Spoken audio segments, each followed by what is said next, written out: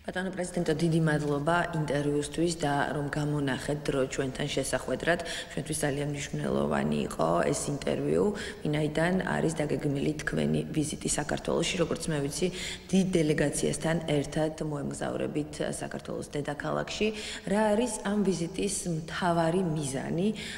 რა გინდათ რომ უთხრათ ქართულ საზოგადოებას, თქვენ ქართველ კოლეგას, პრეზიდენტ მარგველაშვილს და ასევე შეხვედრები გექნებათ პრემიერ-მინისტრთანაც? მართლაც დიდი და ძლიერი ჯგუფი მოვდივართ საქართველოში. ჩემს დელეგაციაში იქნება საგარეო საქმეთა, განათლების, სოფლის მეურნეობის და ეკონომიკის მინისტრი. ძალიან დიდი ინტერესი გამოითქვა ბიზნეს წრეებიდან, სურთ ახალი კონტაქტების დამყარებამ, უკვე არსებული ბიზნეს კონტაქტების გაძლიერება. ვფიქრობ, რომ ორივე მხარისთვის კარგი შანსი იქნება, ვინაიდან საქართველოსა და ევროკავშირს შორის ხელმოწერილი ხელშეკრულება ასოცირების შესახებ დამატებით შესაძლებლობებს აჩენს. ვისაუბრებთ უსაფრთხოებაზე, გამოწვევებზე.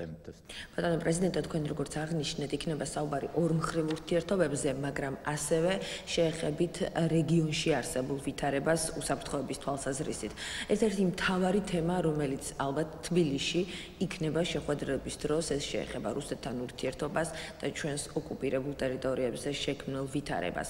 ხელისუფლების სათავეში მოსვლის შემდეგ, ამ ცვლილების შემდეგ, საქართველოს მთავრობის პრიორიტეტი არის და ამაზე ყოველთვის კეთდება აქცენტი რუსეთთან ურთიერთობების დალაგება. და ცოტა ხნის წინ ჩვენ ვიგებთ, რომ მოსკოვში მზადდება ხელშეკრულება, რომელიც ითვალისწინებს აფხაზეთთან შემდგომ ინტეგრაციას, რაც შეფასებული არის საქართველოს ხელისუფლების მხრიდან ანექსიის მცდელობად. ამ სიტუაციაში თქვენ როგორ ფიქრობთ, რა იქნება თქვენი რეკომენდაცია, რომელსაც მისცემთ საქართველოს ხელისუფლებას და მეორე, რა ბერკეტები აქვს საერთაშორისო საზოგადოებას, რომ მოახდინოს რუსეთის ფედერაციაზე ზეწოლა, რომ არ მოხდეს ამ ხელშეკრულების გაფორმება? სასაუბრო ბევრია. ლატვია მხარს უჭერს საქართველოს ტერიტორიულ მთლიანობასა და სუვერენიტეტს. ლატვიამ საქართველოს დაასწრო და სანამ თქვენ მოახდენით რატიფიცირებას, ჩვენ უკვე რატიფიცირებული გქონდა ხელშეკრულება. ამით ჩვენ კიდევ ერთხელ გავუსვით ხაზი თუ რამდენად მნიშვნელოვანია ეს შეთანხმება. ჩვენ გვჯერა, რომ საქართველოს როგორც ევროპულ სახელმწიფოს აქვს ევროპული მომავალი. ჩემი მიდგომა ასეთია, არის რეალობა და ამ რეალობის შეცვლა ჩვენ არ შეგვიძლია. ანუ ყავს დიდი ძლიერი მეზობელი რუსეთი.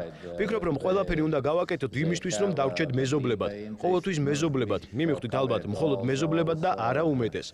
როდესაც რუსეთზე ვსაუბრობთ, მე კიდევ ერთხელ გავაკეთებ მინიშნებას ევროკავშირზე და ვიტყვი, რომ ამ კუთხითაც უმნიშვნელოვანესია ასოცირების ხელშეკრულება. ეს უნდა იყოს საბაზისო დოკუმენტი საქართველოს უკეთესი მომავლისთვის. ამ კუთხით პროგრესი აისახება ნატოს გზაზე პროგრესშიც და ეს კი უსაფრთხოებასთან პირდაპირ კავშირშია. მე მხოლოდ ერთხელ შევხვდი პუტინს სოჩში. ვერ დავარქმევდი შეხვედრას, მხოლოდ ხელი ჩამოვართვით ერთმანეთს, ეს იყო და ეს.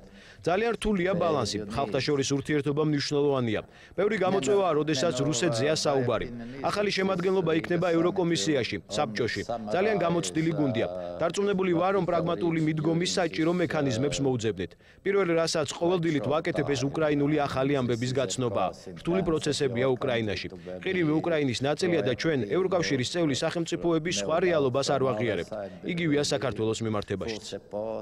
თქვენ საქართველოს პრეზიდენტს შეხვდით უელსის სამიტზე და ეს იყო ის პერიოდი, როდესაც საქართველოს უკვე შეატყობინეს, რომ არ იქნებოდა წევრობის სამოქმედო გეგმა და იქნებოდა არსებითი პაკეტი. თქვენ აქტიურად იყავით ჩართული თქვენს კოლეგებთან ერთად, გულისხმობ ევროპელ კოლეგებს ამ დისკუსიებში და მსჯელობაში. თქვენი აზრით, რატომ გაკეთდა არჩევანი არსებით პაკეტზე და რატომ ვერ მიიღო საქართველომ წევრობის სამოქმედო გეგმა? ჩვენ ყველა პროცესი გიჭერდით და გიჭერთ მხარს. ჩვენ მე და საქართველოს პრეზიდენტი შევხვდით ერთმანეთს ვილნიუსში, შემდეგ ორმხრივი შეხვედრა ჰქონდა უელსში. პრემიერ-მინისტრს კი მქონდა საშუალება გავსაუბრებოდი შეერთებულ შტატებში. ლატვიის მაგალითზე თუ ვიმსჯელებთ, ჩვენ ერთდროულად ვემზადებოდით როგორც ნატოსთვის, ასევე ევროკავშირისთვის. მოთხოვნები და კრიტერიუმები ბევრი მიმართულებით იდენტურია. გავხდით ნატოს წევრები და ძალიან მარე ევროკავშირის ოჯახს ლატვიაც დაემატა. ჩემი უპირველესი რჩევაა, რომ მოემზადეთ ორივე ორგანიზაციის წევრობისთვის ერთდროულად. სწორედ ამიტომ ვამბობ ყოველთვის, რომ წევრობის მსურველებმა ტემპი არ უნდა დააგდონ. ნატოს სამიტი ძალიან მნიშვნელოვანი სიგნალი იყო საქართველოსთვის. ახლა ყველაფერი თქვენს ხელშია. ხშირად არის საუბარი იმაზე, რომ წევრობის სამოქმედო გეგმა ეს არის ბიუროკრატიული მექანიზმი და თუ კი საქართველოს იქნება მზად, ეს არ იქნება ხელის შემშლელი ფაქტორი. თქვენ როგორ ფიქრობთ, თუნდაც ლატვიის გამოცდილებიდან გამომდინარე, აუცილებელია წევრობის სამოქმედო გეგმა იმისათვის, რომ ქვეყანა გახდეს ნატოს სრულუფლებიანი წევრი, ან აი ამ გზაზე როგორ შეიძლება პროცესები დაჩქარდეს ამ კუთხით თქვენი როგორც ნატოს წევრი სახელმწიფოს რეკომენდაცია როგორია?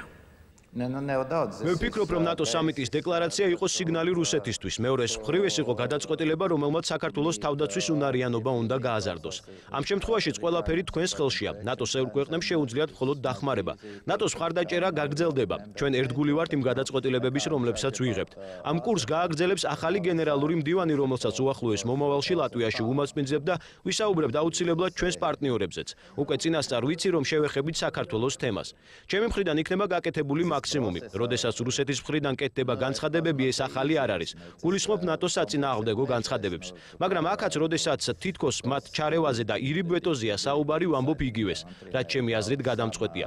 წევრობისთვის უნდა იყოს მზად საქართველო, ეს ყველაზე მნიშვნელოვანია.